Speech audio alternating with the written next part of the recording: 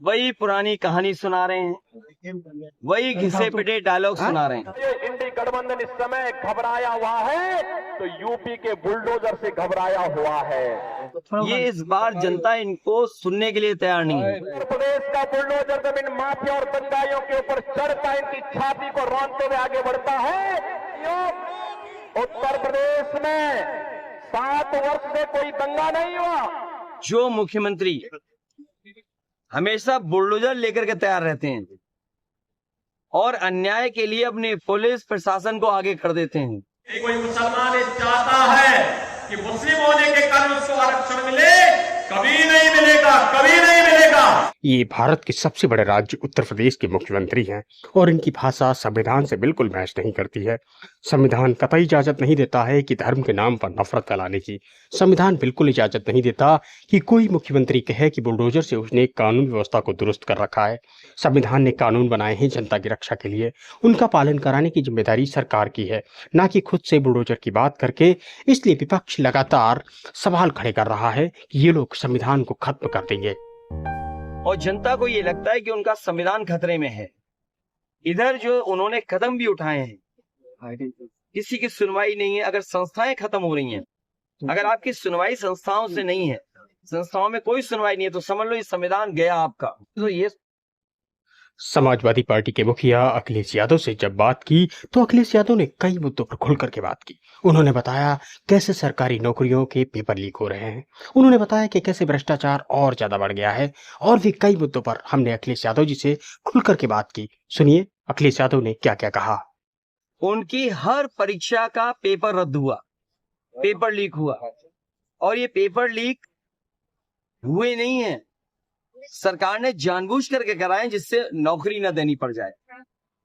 नौजवान पूरी ईमानदारी से इनके खिलाफ खड़ा दिखाई दे रहा है और मैंने नौजवानों को हर सभा में कहा है कि आपके 10 साल नहीं खराब हुए हैं, आपका 1/3 जीवन इन्होंने खराब कर दिया।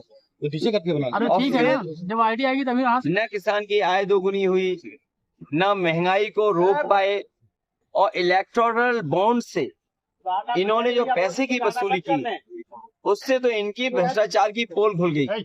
जो लोग दूसरों पे आरोप लगाते थे भ्रष्टाचार का, बताओ इलेक्टोरल बॉन्ड से इनके भ्रष्टाचार की पोल खुल गई कि नहीं खुल गई। और इसके साथ साथ जो आज बाजार में महंगाई है इन इलेक्टोरल बॉन्ड की वजह से भी है, जिससे आप 1000 करोड़ रुपए ले लोगे, 500 करोड़ रुपए ले लोगे, 400 करोड़ रुपए ले लोगे, वो बताओ दुगना मुनाफा कमाएंगे कि नहीं कमाएंगे। तो उत्तर प्रदेश के साथ जो भेदभाव हुआ है, बिजली का प्लांट लगाया समाजवादियों ने बगल में, क्या बिजली सस्ती हुई कि महंगी हो गई? मीटर लगा करके इन्होंने बिजली महंगी कर दी। और इस देश का और उत्तर प्रदेश का नौजवान अग्निवीर वाली व्यवस्था फौज की कभी स्वीकार नहीं कर सकता। जब भी सरकार में आएंगे अग्निवीर व्यवस्था हमेशा हमेशा के लिए खत्म हो जाएगी। और 4 जून को हमारे आपके खुशियों के सुनहरे दिन तो आ ही रहे हैं, लेकिन हमारे प्रेस के लिए भी फ्रीडम का दिन है। वो 24 का ऐसा चुनाव है जो जनता खुद लड़ रही है और जनता को ये लगता है कि उनका संविधान खतरे में है। इधर जो उन्होंने कदम भी उठाए हैं, किसी की सुनवाई नहीं है। अगर संस्थाएं खत्म हो रही हैं, अगर आपकी सुनवाई संस्थाओं से नहीं है, संस्थाओं में कोई सुनवाई नहीं है, तो समझ लो ये संविधान गया आपका। तो ये सुना है कि यहाँ पे छत्रियों की ईवी सीवी ईडी और सीबीआई भी हो रही है। तो सर सोचिए ये हर एक के खिलाफ हैं। जब दूसरे लोग सुबह, फिर ये अपने लोगों के भी खिलाफ हैं। मैं खुद मंदिर में गया, वहां के पुजारी ने मना किया मत धो मंदिर।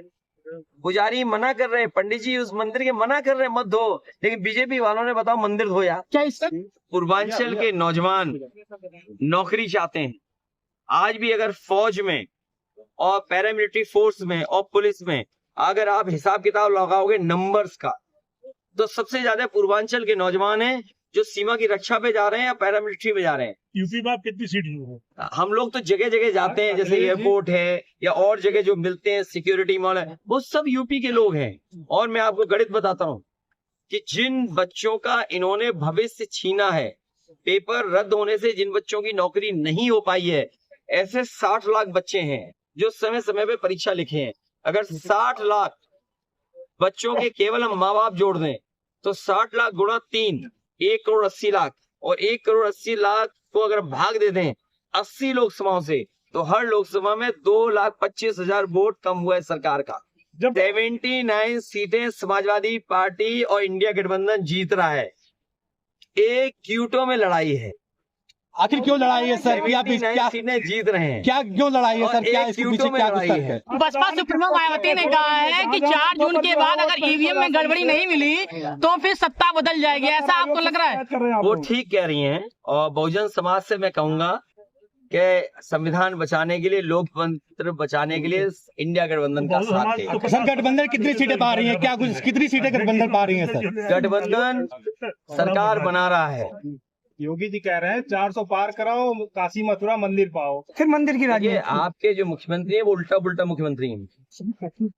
46 में 56, एक टांग पे योगा, देखा था आपने? कहते हैं हम सुबह 4 बजे सो के उठ जाते हैं। अरे भाई 4 बजे सो के उठते हो, योगा करते हो, तो जब एक टांग पे खड़े हुए तो पूरे देश और दुनिया ने देखा कैसे डगमगा रहे थे। सर विपक्ष आपको साझा 400 पार, उन्हें गणित नहीं आता है। अब 400 पार बीजेपी का जो नारा है उसका इंटरप्रिटेशन नहीं कर पाए। इंटरप्रिटेशन ये है कि 543 में 400 पार तो बची कितनी? 43। तो 143 बची है, तो कितनी हुई? 143। 400 के पार 143 बची है आपकी। क्या आपको लग रहा है कि 140 करोड़ जनता इन्हें 140 सीटों के लिए भी तरसा है। आपको शहजादे करके संबोधित करती है, तो इसके पीछे क्या कुछ रीजन? शहनशाह यही कह सकते हैं। अभी कल अखिलेश जी आप ही के द्वारा आरोप लगाया गया था कि प्रशासन के दम पर वोट की कहीं ना कहीं बाधित किया जा रहा अरे है। हमने अपनी आंखों से देखा कन्नौज में, तुमने नहीं देखा? टीवी नहीं देखते हो? अभी कल मंत्रिमंडल के साथ साथ मीडिया मंडल भी बदलेगा।